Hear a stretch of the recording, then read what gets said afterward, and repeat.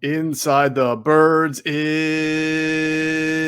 back. What's going on, everybody? It's Geoff, Mosher, and Adam Caplan here with our weekly game preview podcast. The Eagles traveling to Las Vegas on Sunday for the first time in franchise history to take on the Raiders at Allegiant Stadium. Should be a very interesting game. Obviously, the Raiders are, I believe, 4-3. No, that's not right. Is that right? 4-2. 4-2. I'm sorry. You're right. 4-2. Eagles, well, we know they're 2-4, but Vegas, ironically, if we talk about the betting services and DraftKings Sportsbook, consider this a little bit closer of a game than you would think between a 2-4 and a 4-2. I think last I checked, the Raiders were 3-point favorites, and Adam, 7 weeks into the year, is that you're making a fit? I think it was Raiders were 3-point favorites. That has to be more than that. Really? I would think it would be like 6. Let me check. I'm very. Let me check. I know, right? You're right. Here's the question: why would they? I'm not an aficionado when it comes to lines. How could they? What? Here's my question. You would know more about this. Mm-hmm. Why would they only be a 3-point favorite at home against the Eagles, a struggling team? They had a huge win. Are they expecting a letdown or something? That's a shocker to me.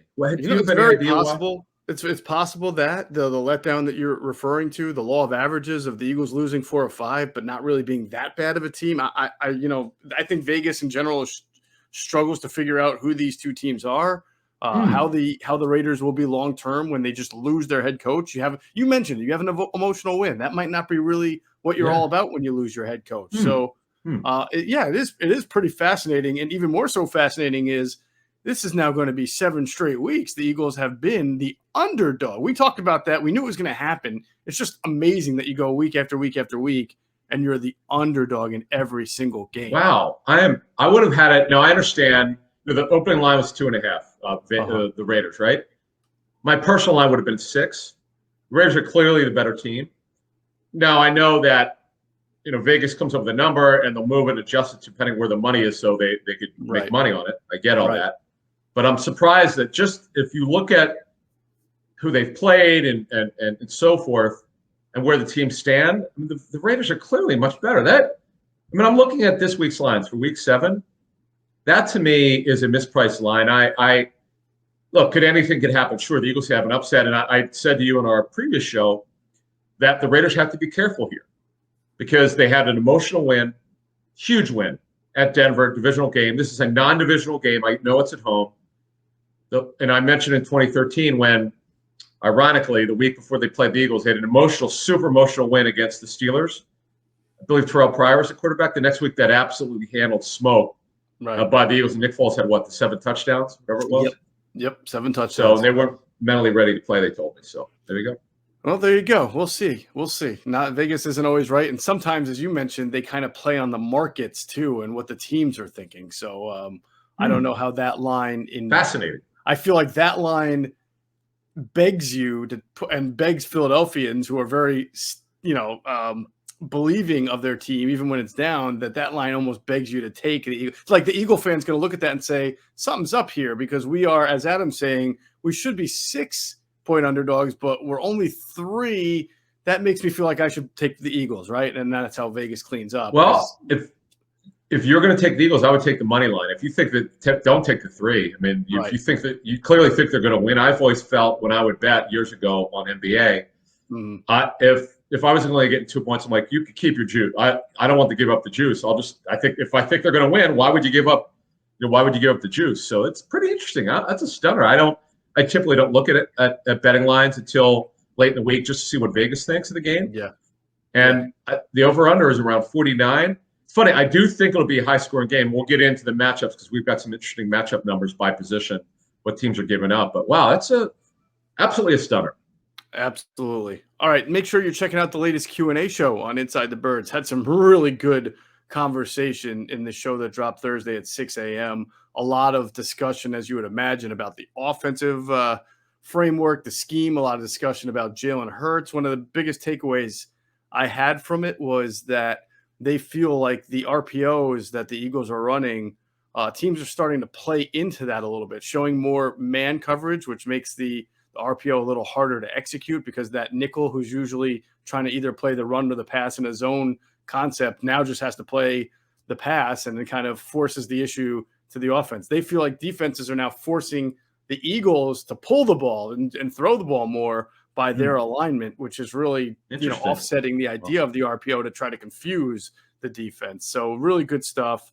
Both of them critical of Nick Sirianni, both critical of Jalen Hurts as well, missing plays, missing reads, and things of that. And they both had some really nice things to say about Zach Ertz as well that you should check out. So Q&A show on the platform. And, of course, catch our pregame show Sunday, 10 a.m. to noon. We are sticking with the morning start. We want you to enjoy your 1 o'clock football before the Eagles game at 4. So make sure you're catching our show starting at 10 a.m. on the Inside the Birds platforms. Let us get into some of the transactions and the injuries over the last 24, 48 hours. And I think the biggest news, Adam, since we last did our podcast is we don't have to be concerned now about Dallas Goedert being on the COVID list and why they brought in Richard Rodgers, because Goddard, I was there at practice Wednesday. He was activated off the list. He was out there with the team. And while he might be in ramp-up mode, he might have been in ramp-up mode on Wednesday. He seemed to be working on the side at the start where we're allowed to watch. I'm pretty sure that as long as he can get through these practices and has his conditioning, that he's going to be out there as the number 1 tight end against the Raiders. Unless he is not conditioned right because of being on the COVID list. I don't know. The only issue is he did not practice Thursday, listed with an illness. Remember now, 2 Mondays ago, he was listed with. Yeah. No, today, Thursday. Yeah, I mean, or yesterday. I'm sorry. You're right. Yeah.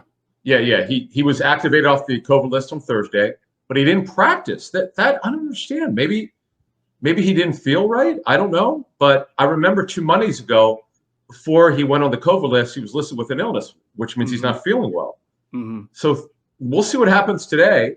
If he works, if he doesn't work today, he clearly will not be playing. So I don't know. Maybe he just in the afternoon he didn't feel right when they were practicing. I don't know, but we'll see what happens later today. It's really key. Now, in terms of who got off the list this week, in addition to Goddard, Tyree Jackson with his back fracture. He was activated to the 21-day window this week with Kevon Wallace, who's got the shoulder injury. So what happens is they're not on the roster. That's why the Eagles don't have to listen to the injury report. They're not on the 53-man roster. They're still on the reserve list, but they're still allowed to practice. So once they're ready to go, once the team thinks that they'll be able to go, the room will have to be made for them, and they'll have to cut some players. So we'll see what happens there. And then, as you alluded to in the previous show, Dick Rodgers is back. Richard Rodgers is back. You knew it was coming. You knew Dick Rod was coming back. Absolutely.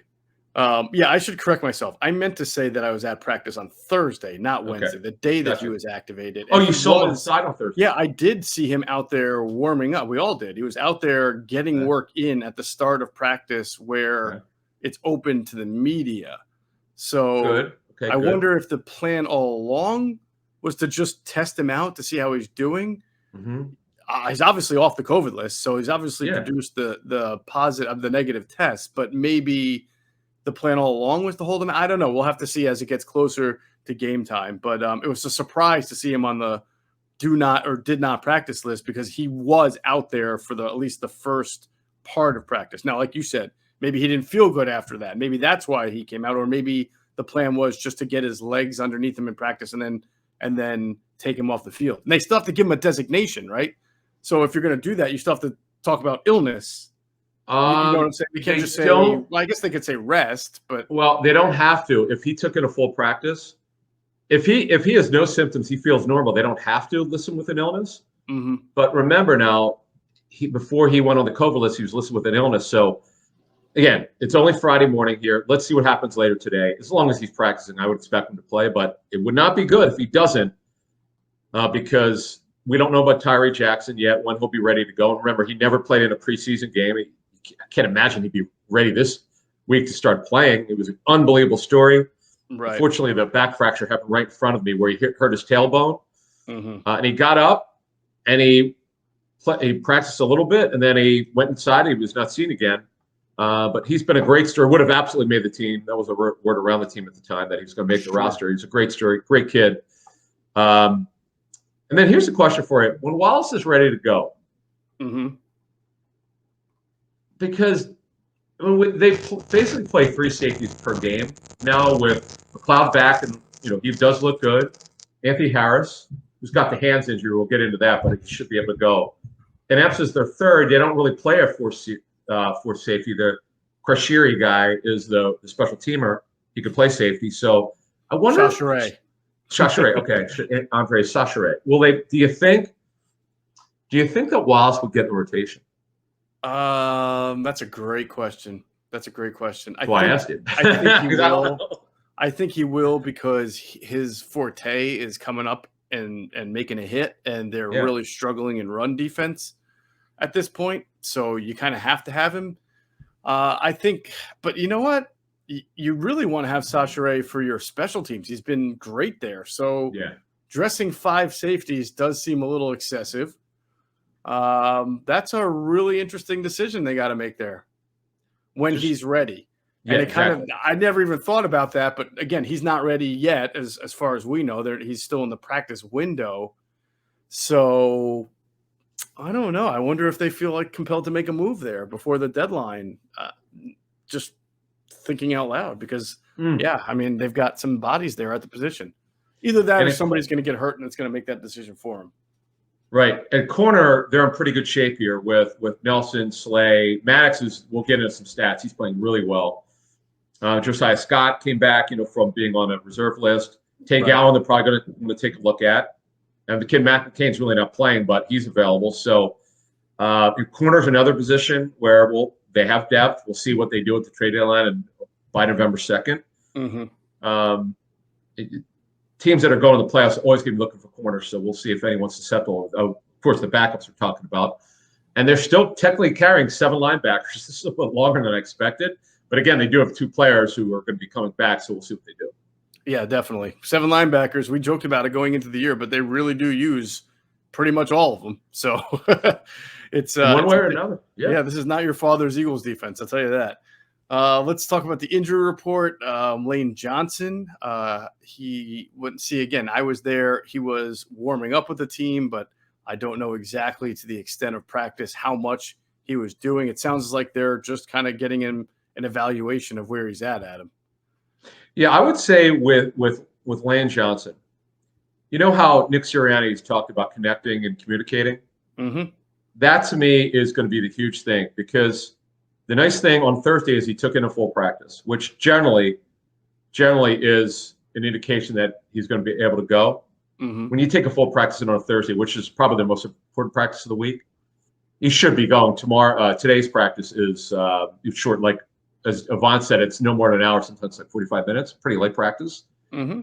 But it's key that Lane conveys how he's doing with Sirianni, the medical staff, if there are any clinicians available, involved with his situation, just so he lets him know that he's doing okay. If he feels, because physically he's fine. He could have played 2 weeks ago. The ankle was never an issue. Right. It was what he was dealing with off the field, as he talked about in his statement. So right now it's looking pretty good, but we got to get through today's practice. Right. And he was full on Thursday, at least, as far as a participation in practice. Mm-hmm. Jason Kelsey's fine with the foot. Obviously, this is going to kind of probably be with him for a while, but he's been able to play through it. Several weeks. Yep. Yeah. Derek Barnett, we know is it's a foot now, which is new. It was a shoulder a week or so ago, but now he's got a foot there. An ankle before. Yeah. That's right. Ankle and shoulder. I think he had both at different points this year. Ricky Lovato with the hamstring. You always got to watch that because there's not a lot of good backup long snappers. You got to make sure he's ready to go. Yeah, I know. I wonder who is the backup. I think Jason Avant was also at one point a backup long snapper. There was Selleck. There was Avant. I wonder who on this team would be that guy. But yeah, he was limited in practice on Thursday, so we'll have to see. Anthony Harris, I saw out there on Thursday. He's got both of his hands wrapped.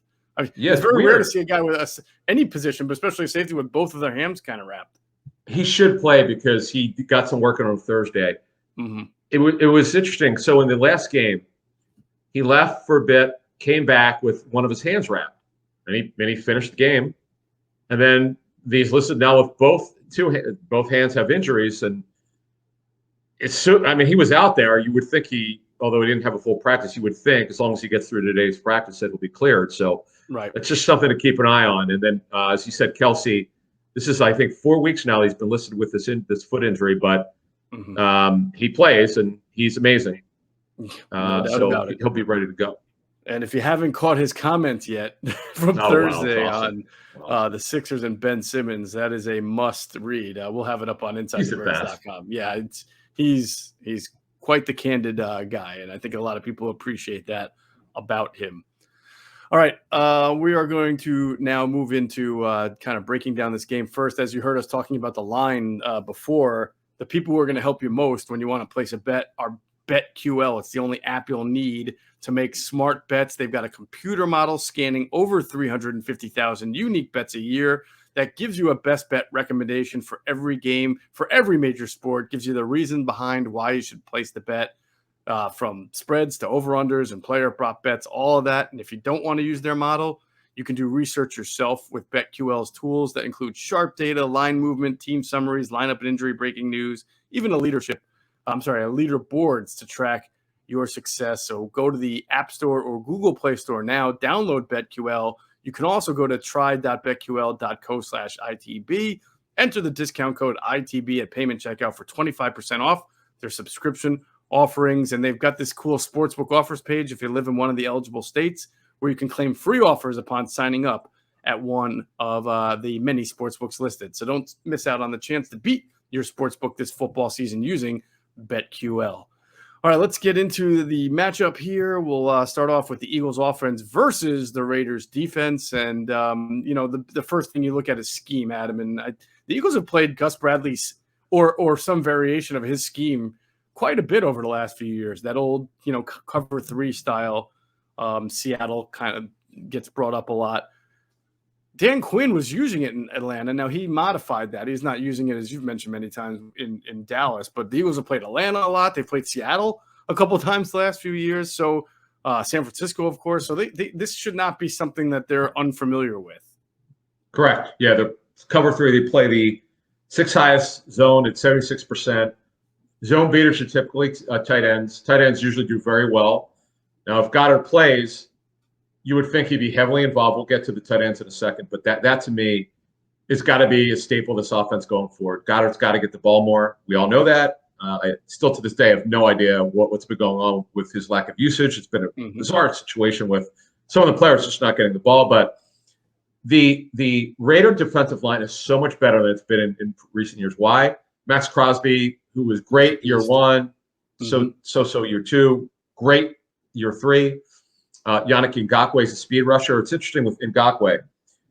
The Raiders were in talks with the Jaguars last year before he got traded to the Vikings. And then, of course, he went to the Ravens, or 2 years, whenever it was. But nevertheless, with Ngakoue, Gruden wanted him, and then he was talked out of it, which was a smart thing because they got a much better deal. And he is a premier speed rusher. He is so explosive and so fast. And Cleveland Farrell has been a major disappointment as a former first-round pick, 4th overall pick in 19. That was rough. That was a really, really rough one. I think that was one of that started off the Mayock era, if I'm not mistaken. Correct, right? in 19. First pick. 100%. Yep. They tried to trade out. Yeah, that's rough.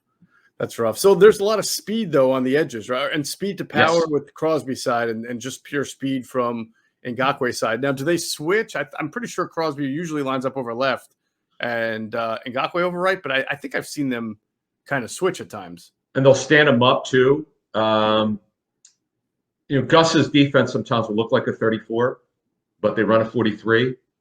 They're going, what's happened here is they've never really been developed. Anyone they've drafted has never worked out at D tackle. So what they went is the journeyman defensive tackle route. Jonathan Hankins, Quentin Jefferson, Solomon Thomas, Darius Philon, who played for Gus Bradley with the Chargers. So they're okay there. They're not great.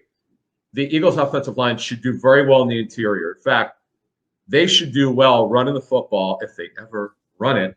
I'm sorry, what? They should do well doing what? I know.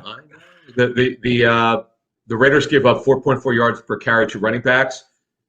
They also are really bad at wrapping up. The worst broken tackle rate to running backs. So if for a shocking development that the Eagles actually run the ball, yes, they should have some success. That's the fascinating part about this game is the Eagles love to throw the ball, not run it. But by the numbers, the Raiders are much better against the pass, which has never been the case under Gruden's Rain, and he's gone now, but they're playing really good. We'll get to their secondary. Their secondary has been real stingy. It's been very surprising. This might be a sneaky time if you're a fantasy football owner and you got Miles Sanders. Say it. You got to figure the law of averages is going to catch up here. Like, you got to play Miles and think that he's going to get the ball. I benched him last week, a couple weeks. I benched him. I couldn't believe it was painful. Right. DeCecco and I drafted him in that Hall of Fame league. We missed on that one. We drafted him over DeAndre Swift, which obviously we'd like to have that one back. Other than that, the draft was great. Mm-hmm. But you're right. The matchup dictates that they should do well if they run it. We'll see. And then wide receiver wise, no slot receivers do well. Not the Eagles. The Eagles don't have Greg Ward is technically the slot receiver. He doesn't really get the ball. Right, the Raiders are best against slot receivers. They're incredible. Nate Hobbs, this 5th-round pick out of Illinois, who a lot of teams like, he's been the story for them. He's been great. The issue, though, that they have, talking to one of my Raider sources, that Trayvon Mullen, who's playing the best ball of his career, went on an IR, and his backup, Arnett, the former first-rounder at Ohio State. So what they're doing is, opposite Casey Hayward, who's been lights out at right corner, they're playing this kid, Amik Robertson, who was drafted last year in the 4th round, who was drafted to be a nickel. He's having to start on the outside, and it's really not – he's really small. In fact, if you remember, Brian Griese wanted Mike Williams to get the ball on Monday Night Football, and he's like, man, Williams is like 7 inches taller. Throw it to him, and they wouldn't throw it to him, and Griese kept getting on. He was ready. He had the pointer on the screen. Right. Oh, man. So they're a little banged up in the back end. I know. Here's the problem.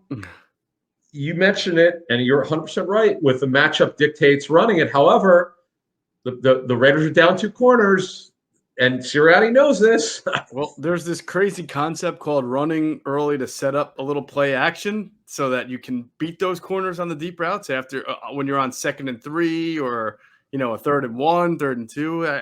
I swear you can do 2 things in one time. Not in one time, but in one concept. You can run and strike the deep ball if you have good offensive flow and harmony. I've seen it before. I'm pretty sure, just not this year with the Eagles. Right? Yeah. I mean, we saw that with Kansas City. They ran the ball really well. CAH, and then they threw the ball to Tyreek Hill really well. So you can do these things. You can mix. I call it mixing in the run. You could go run. Like you could go pass, run. You could go 66% pass in the first half, but just mix the run, and that's all I'm asking.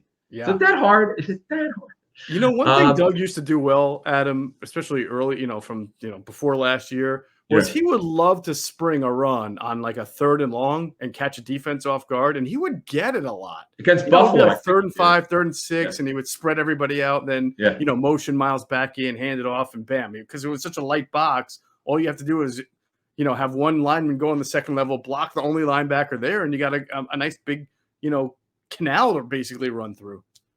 So a couple things before we get to the defensive matchups. Mm-hmm. They should have no problem protecting on the interior. It's the speed rushers. Now, if Lane Johnson's playing, that'll certainly help. And then Mailata, obviously. Mailata, by the way, is not on the injury report with his MCL sprain. That's huge. Mm-hmm. It means he's doing better. The Eagles' offensive line was sort of uneven, better good than bad last week, but they're playing speed rushers this week, and they definitely will have their hands full with that speed. So they've got to be ready for this one. If they protect Hurts, the plays will be there. He's just the corner. Look, Hayward's really good. Nate Hobbs has been terrific. Their slot corner, the rookie at the 5th rounder. Mm-hmm. But there are only 2 corners that are really good. They should be able to get plays on matchups by structure. Sirianni and Patullo and his coaches should be able to structure matchups here and get on those good matchups. I'm going after Amik Robertson, man. Anytime I can. He's small. Mm-hmm. He's beatable. He played at Louisiana Tech, smaller level of college football. So those matchups are there. And Goddard, if he goes, Raiders defense gives up 73% catch rate to tight ends. 2nd most targeted is the Raiders defense. 9.3 targets per game for tight ends against the Raiders defense. Come on, let's go. That's crazy. I want to just bring up something real quick about the Eagles offense, and it was based on what Nick Sirianni said this week. He had a really interesting quote about making the quarterback more comfortable, and he was asked, well, how do you do that? And he basically said, when you're talking about screens or the play action or the drop back game. You just have to continue to find ways to make the quarterback comfortable and put him in an environment where he feels right. And, I'm paraphrasing, but he kept using the word comfortable. And, I appreciate that sentiment of saying, look, I've got a quarterback here who I need to get in a good rhythm, and we have to scheme better to make him comfortable. But the problem is, and I felt like that there was some, and maybe I'm word parsing a little bit, but I do think there's some honesty to this, is that in the NFL, your quarterback isn't going to be comfortable all the time. There's going to be a lot of plays where your quarterback's uncomfortable because the entire priority of every single defense each week is to make the quarterback uncomfortable. There's going to be unscouted plays. There's going to be blitzes that just don't get picked up. There's going to be minor mistakes. There's going to be injuries, right, that either take away your receiver or take away your running back or take away your offensive lineman. The idea of scheming everything to max comfortability is what we've talked about with Nick Sirianni, saying you can't just baby the guy all the time. You've got to come up with more convention to your offense that gives you balance and harmony and flow. And I felt like him saying that was the admission that they really try to over scheme to eliminate his mistakes and put him in the best position to complete passes. And if that's short passes, screen pass, they feel like that's the best philosophy for them. Honestly, they may be right. I don't know. They may say, hey, if we tried to do it the way Doug Peterson did last year, which is more of a spread offense and more conventional, and I think, as you mentioned, he even went under center a few times last year, they may think that's not going to make winning football. It's possible they're right. I don't know. I just think that they're caught between two worlds. None of these coaches, the top three coaches, have ever designed an offense like this for a quarterback like this. And I feel like it's making them lean so heavily one way. And but I can't tell you that doing it the other way would be any better. So it's just a revealing quote that came from Nick Sirianni. Yeah, he said the week before, you could tell about the lack of execution. He was asked about Hurts running and just in terms of wanting more pocket play and to let the plays develop. So the media definitely is on to the running stuff that's not designed. So let's see what happens. This is a very interesting matchup. I believe this is a beatable defense. I give the Raiders credit; they've really improved on defense. The numbers would show it, but we know they give up run plays. You mentioned with Sanders, this is a good matchup for him, and also Gainwell. The Raider linebackers are way better this year, where they're horrendous last year. Part of it was Corey Littleton barely played; he was on the COVID list. Right, he did not have a good year when he played. Nick Kwiatkowski, who was a free agent signee, who the Eagles looked at, but they never made an offer. They just were not going to pay him. It was never a serious consideration. Right. He doesn't even start anymore. They brought in KJ Wright, formerly of Seattle, obviously knows Gus Bradley. Denzel Perriman, who they traded for, they got him from Carolina. He's played really well, I'm told. So, but they're not they're light at linebacker in terms of weight. I think that has something to do with Perriman and Littleton are kind of smaller. Sure, sounds familiar. Yes, these guys are better. Sorry, Perriman and Littleton are way better. No doubt about it. All right, NFL fans, are you hungry for a big win this week? Because DraftKings Sportsbook, an official sports betting partner of the NFL, has got you covered. New customers can bet just $5 on any NFL team to win their game, and if they do, you win $200 in free bets. Winner, winner, chicken dinner. It's that simple. DraftKings Sportsbook customers can also get skin in the game with the new same-game parlays. You just combine multiple bets from the same game for a bigger payout. The more legs you add, the more money you can win. DraftKings is safe, secure, and reliable. And best of all, you can deposit and withdraw your cash whenever you want. So download the DraftKings Sportsbook app now. Use promo code ITB. Bet just $5 on any NFL team to win its next game, and you win $200 in free bets. And if the team wins, you win with that promo code ITB this week at DraftKings Sportsbook, an official sports betting partner of the NFL. You got to be 21 or older. Pennsylvania only. New customers only. Restrictions apply. In partnership with Meadows Racetrack and Casino. See DraftKings.com/sportsbook for details. Gambling problem, please call 1-800-GAMBLER. All right, let's get into this Eagles defense against this Raider offense. Now, I asked the question this week of a bunch of guys in the press conferences because Jonathan Gannon has made it clear that the intent, no matter what they do, will always be the same. And that's to limit the big plays by keeping the ball in front. And they view every time the team runs against them as a victory, especially when you're going up against Brady or you're going against Mahomes or Dak Prescott. And here's a situation where Derek Carr's having a pretty good year as well, and he's always been a more than better than average quarterback. The Raiders are not a high turnover team, so it kind of tests your theory the Eagles have of, well, it's supposed to be hard in the NFL to march down the field 10, 11, 12, 13 plays, 70, 75 yards without stumbling over yourself or turning the ball over. So how do the Eagles do that when they face these teams that have quarterbacks that get rid of the ball quickly and don't turn the ball over very much? That to me is their challenge. Yeah, and here's the thing. So as we get to the defense, right, you've got Derek Carr, who you mentioned. You got Darren Waller. No, he has not been as busy as usual at the tight end position. They'll line him up the X position. They line him up everywhere. He's more of a slot tight end. Rarely is asked to block. The Eagles give up a catch rate of 75% to tight ends. Eagles defense is fourth most targeted against tight ends. So their tight ends are generally going to be involved. We saw what O.J. Howard did last week. Oops. Yes. They haven't been terrible against the tight end. They did okay against Kittle. They did okay against Pitts in his first ever NFL game. But they've had some games where they haven't played as well as against the tight end. So this will be a challenge for them, no question about it. And then when you talk about running backs, and you were talking about the run defense, the Eagles give up about 4.4 yards per carry to running backs. That's because Gannon, they have light boxes. The only thing they did, I don't know if it was the second or third quarter, but they moved the safeties up at times during the Bucs game after they got smoked. Mm-hmm. And that not only did it help against the run, though, it was more just take away the intermediate where Antonio Brown was killing him.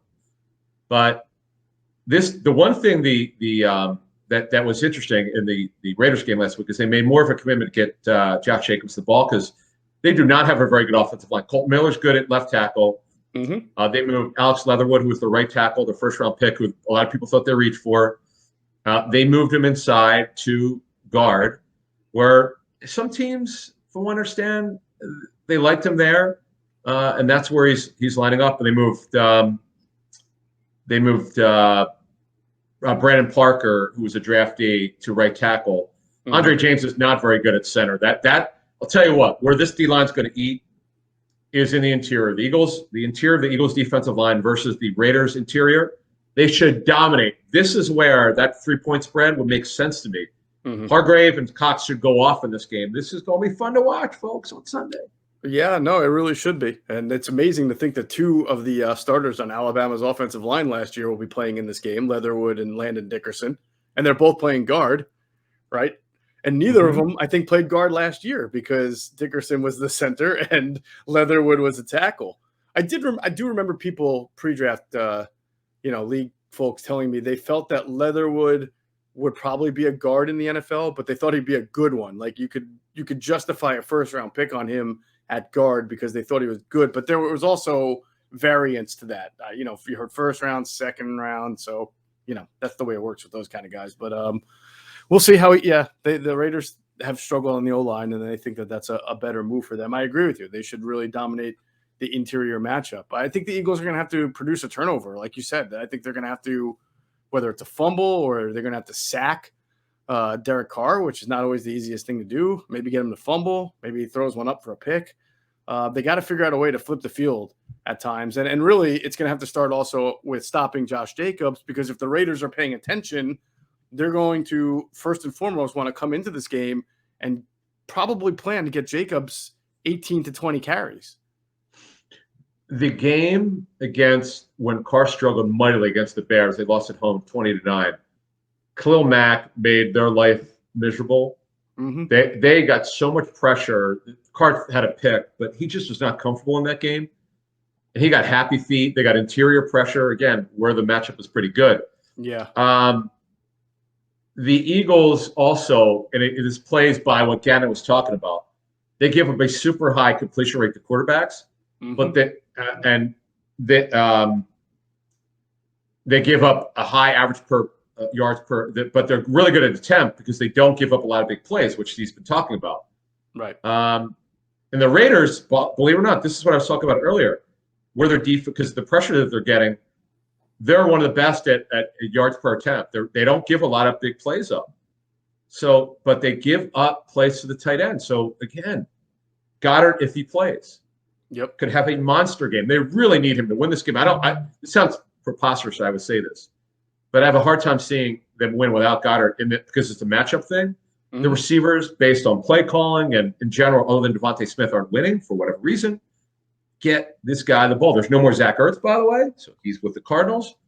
So Goddard I think he could crush these guys. And their safety play is better with Morig and Abram. Abram is more of a box safety who's always had problems staying healthy, particularly with shoulder. He's playing well. And Morig is typical Alabama safety, right? I'm sorry, right? Isn't that the case? The Alabama safeties always wind up being better in the box than in coverage. No, Abram went to Mississippi State. Oh, that's for some reason I thought it was Alabama. Wrong school. Okay, right conference, wrong conference though. Yeah. I was thinking Mark Barron too, but he was from Alabama. But yeah, he was a safety, moved to inside linebacker. Correct. Yeah. There is a lot of Alabama on the field. I mean, we already mentioned Dickerson and Leatherwood. There's Henry Ruggs, who the Eagles are going to have to really make sure gotta get to him. They're not getting beat over the top on. There's Josh Jacobs, right? The running back is Alabama as well. Yep. So there's a lot of that, as we've seen week after week. Oh, and Devontae Smith, of course.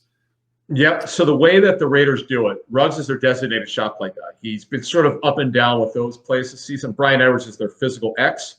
They love Bryan Edwards. He's got this weird situation where he seems to only produce in the fourth quarter. He had an unbelievable one-handed catch last week at Denver. They need to get him. They need to get him going early. Zay Jones is the top backup receiver, and Hunter Renfrow. The Eagles are really good. Boy, Maddox is playing really well. Yeah. The Eagles are one of they're seventh best against slot receivers, so they're not giving up a lot of production. Maddox again is playing well, but Darren Waller to me, it's really, if Goddard plays, it's really Waller, and Goddard could be two huge parts of this game. I wonder if Slay will travel on Waller like he did with Kelsey at times. That's a good question. I don't know, because these linebackers. It's tough to leave Ruggs, though. It's tough to leave Ruggs on Nelson because Nelson does not deal well with speed receivers. Right. You don't want to take that chance. And Zay Jones can beat you, but I mean, he had the opening night touchdown to win the game against the Ravens, if I'm not mistaken. That was the Ravens zero blitzed, and Carr just threw the ball down the field to Zay Jones and touchdown. There it was. Dalton Schultz got them in the third week down the seam. And in the intermediate areas where the safeties were where the safeties were playing in over the bridge in Cherry Hill, and against Kansas City as well, where they didn't carry their zones well. So this is a tough one. This is fascinating. The Raiders. This is a winnable game only if the Eagles play extremely well. All right, hold that thought because we're going to get to our predictions on that. First, I want to stop and remember to tell our friends about PHLSportsNation.com. They're enhancing the fans' experience with their coverage of Philadelphia sports teams for the fan, by the fan. That's their motto. Make sure you're checking them out on Twitter at PHLSportsNation or at PHLSportsNation.com. We'll pause real quick for another word from our great sponsors, including our friends at Sky Motor Cars. All right, if you stop in at Sky Motor Cars, make sure you tell them Adam and Geoff sent you. You'll get a great deal. They're out there in good old Westchester, PA. All right, so you were saying about the Eagles really need to play kind of a good game, obviously. Really well. Bring it, really well, win this game. I mean, you're in a stadium, this new stadium, Legion Stadium. They have full crowds there. I know they're going to be. It wouldn't shock me if there are at least 5,000 Eagle fans there. Wouldn't surprise me if there are 10,000. There'd still be a heavy Raiders crowd, but I keep hearing from friends and what some people say on our message boards that they're going to the game, which is awesome. Oh, God, I'd love to go to this game. Yeah. I like, as you do, I like these new stadiums, although I will tell you, and you'll remember this because you were working for the Fanatic then, I called you from I was at the Rams-Eagles game when they won the division, once towards ACL there, but the Mausoleum, the LA Mausoleum, I loved it, man. It's people hate it there. I just think it's cool. I thought it was. I like the look, the authentic look of it. I thought it was cool. I think all these new stadiums are probably nice, but starting with AT&T in Dallas, and then SoFi in LA, it's too big in Dallas. Then Allegiant. I mean, they all look like something out of the Jetsons. For those old enough to remember the Jetsons. Like I feel like within the next 10 years, you're going to see like little tiny commuter helicopters just flying in and out of these stadiums, dropping off fans at their club seat right there, bang, and you get right to your seat from the helicopter. That's how futuristic they all look. But they are pretty cool. Some of them, I wish I was at the game too. We should have tried to do an ITB trip, but that's a great idea. You know what? So expensive though. Well, maybe one of these days we'll make a road trip and we'll if we're allowed to, or maybe we do it at some bar and maybe there's an Eagles bar at one of these. Great idea. Yeah. I mean, heck, there's a Chiefs bar in Philly. There is. That's right. There is. We should do that. We will get. You know what? I'm going to put that on the docket for our next ITB. Love to do that. Excellent. All right. So you mentioned this. The Eagles are 3-point underdogs. An over/under of 49. Give me what you see happening here. I got it. Raiders 27-20. I have the Eagles covering. I felt it. I mean, it's Friday morning. I felt the same way all week. I just think they're the better team. My only concern is a letdown for the Raiders because it's such an emotional game. It's completely different. But the Chargers, they had an emotional win over the Browns at home, high scoring game in the NFL this year. Mm-hmm. They traveled east. They got smoked. The Ravens crushed them last week. Yeah. I know it's completely different. This is a different emotion. I just think it's hard. If I've learned anything, covering this business for 21 years, it is really hard to get up each week. It's a non-divisional game, but the Raiders know it. They're in first place, and they're tied for first place. So it's still an important game. Yeah, no doubt about it. And I agree with you. In fact, I was looking at the slate of games this weekend, and I'm like, I see Tennessee at home to face Kansas City. And I bet you a lot of people think the Titans are ripe to take that game because Kansas City hasn't played well, and the Titans just coming off that emotional victory over Buffalo. And I think the Chiefs are going to win this game by 20 points, right? Because it's just hard. I mean, they're better. They have more talent. I know they're going through it a little bit with their defense, but, I just don't think the Titans are that consistently good that they're going to come home now and beat Kansas City after beating Buffalo in such a crazy, emotional, wild game. That being said, I'm taking the Eagles in this game. I really am. Are you? I do believe in sort of parlaying what you say. I don't think the Eagles are going to be terrible every week for the next 5, 6, 7 weeks. So I think this is an opportunity where they're playing a team that's not on the same level as the defending Super Bowl champs, and their offense isn't on the same level as not only Tampa Bay but Kansas City and Dallas. I think I don't want to call it like the Carolina game. I think the Raiders are a better team than Carolina. But the Eagles have kind of survived on teams giving them a second chance. Even the Buccaneers almost did it there by kind of taking the air out at the end of the game. But the Raiders won't be in that position. I think the Eagles will fight. They'll play hard, and I see them coming out with a ugly, low-scoring, I'd say 21-17 win. Wow. That's what I see. The Eagles winning 21-17. Look, sometimes Vegas is wrong, but I'll tell you what, it hurts if they protect him, because protection's key here on the edges. If they protect him and he's willing to hang in there and he throws the ball inside, which he rarely does, because against cover 3, zone beaters are always tight ends. That's what coaches tell me, going against cover 3. So or by design, if they get it in the intermediate areas, whether it's Smith, whether it's the tight ends, whoever it is, this is going to be a fun game. I think it's going to be very competitive. I'm feeling Hurts is going to play well this game.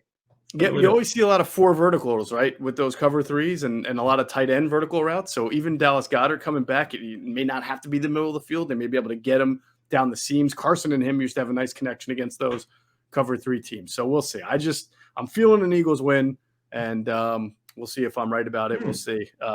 A whole lot. We'll cover it even more in depth. You, me, Jason Avant, Greg Cosell, Sunday starting at 10 a.m., going until noon. And we'll have, as we always do, every element, every facet of the game broken down on the Inside the Birds live pregame show. So make sure you're checking that out. 10 a.m. That'll do it for this edition of Inside the Birds, the leading podcast in Eagles Intel. Big thanks to our producer, Hunter Brody. Check out his work on YouTube. His channel is called Sports Talk with Broads. His website is broadsmedia.com. And as always, we thank you for flying with us Inside the Birds.